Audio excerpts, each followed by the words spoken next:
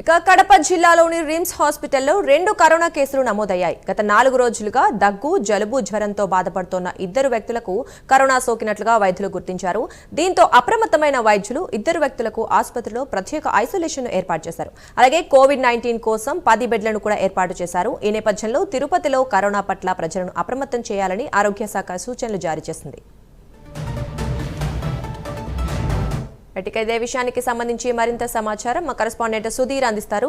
సుధీర్, చెప్పండి, రిమ్స్ హాస్పిటల్లో 2 కరోనా కేసులు నమోదైనట్లుగా తెలుస్తున్న నేపథ్యంలో ఇప్పటికే చూసాం చాలా రాష్ట్రాల్లో కూడా కరోనా మళ్ళీ వస్తోంది అని వస్తున్న వార్తలు వస్తున్న నేపథ్యంలో పరిస్థితి ఏంటి? Thank you Durga.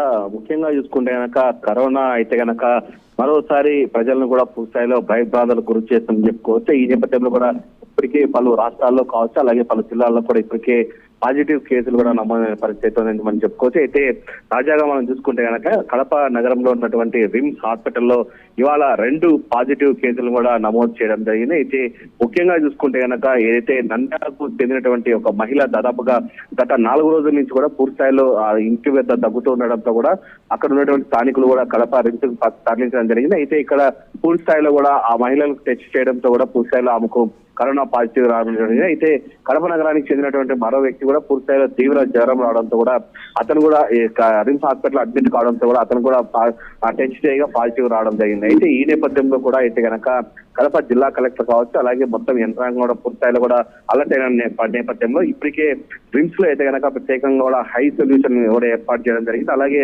మొత్తంగా దీనికోసం కూడా రిమ్స్ ఏదైతే కోవిడ్-19 ఉందో దానికోసం కూడా మొత్తంగా 10 బెడ్లను కూడా ఏర్పాటు చేయడం జరిగింది. అయితే ఎవరైనా పేషెంట్ అయితే కనుక పూర్తిస్థాయిలో కూడా ఎవరైతే దగ్గు అలాగే తీవ్ర జ్వరం ఉంటుందో వాళ్ళందరూ కూడా ఇప్పటికే మాస్కులు కానీ అలాగే శానిటైజర్లు కానీ అందరూ కూడా వాడాలని చెప్పి ఇప్పటికే పెద్ద ఎత్తున చెప్పిన నేపథ్యం అయితే ఉంది. అయితే ఎవరైనా సరే భయపడకుండా పూర్తిస్థాయిలో కూడా తీవ్ర జ్వరం అలాగే దగ్గు ఉంటే కనుక ముందుగా వచ్చి రిమ్స్ అడ్మిట్ చేయాలని చెప్పి ఇప్పటికే పెద్ద ఎత్తున కూడా ప్రచారం చేపడుతున్నారు. అయితే ముఖ్యంగా ఈ రోజు మనం చూసుకుంటే కనుక కడప నగరంలో అయితే కనుక 2 పాజిటివ్ కేసులు కూడా బయటపడడంతో కూడా జిల్లా యంత్రాంగం కూడా పూర్తిస్థాయిలో కూడా అప్రమత్తమై ఇప్పటికే పెద్ద ఎత్తున కూడా ప్రజల్లో పూర్తిస్థాయిలో కూడా ఈ కరోనాకు సంబంధించినటువంటి నివారణ చర్యలు తీసుకోవాలని దానిపైన కూడా అవగాహన కల్పిస్తున్న పరిస్థితి మనం చెప్పుకోవచ్చు. Thank you Sudheer.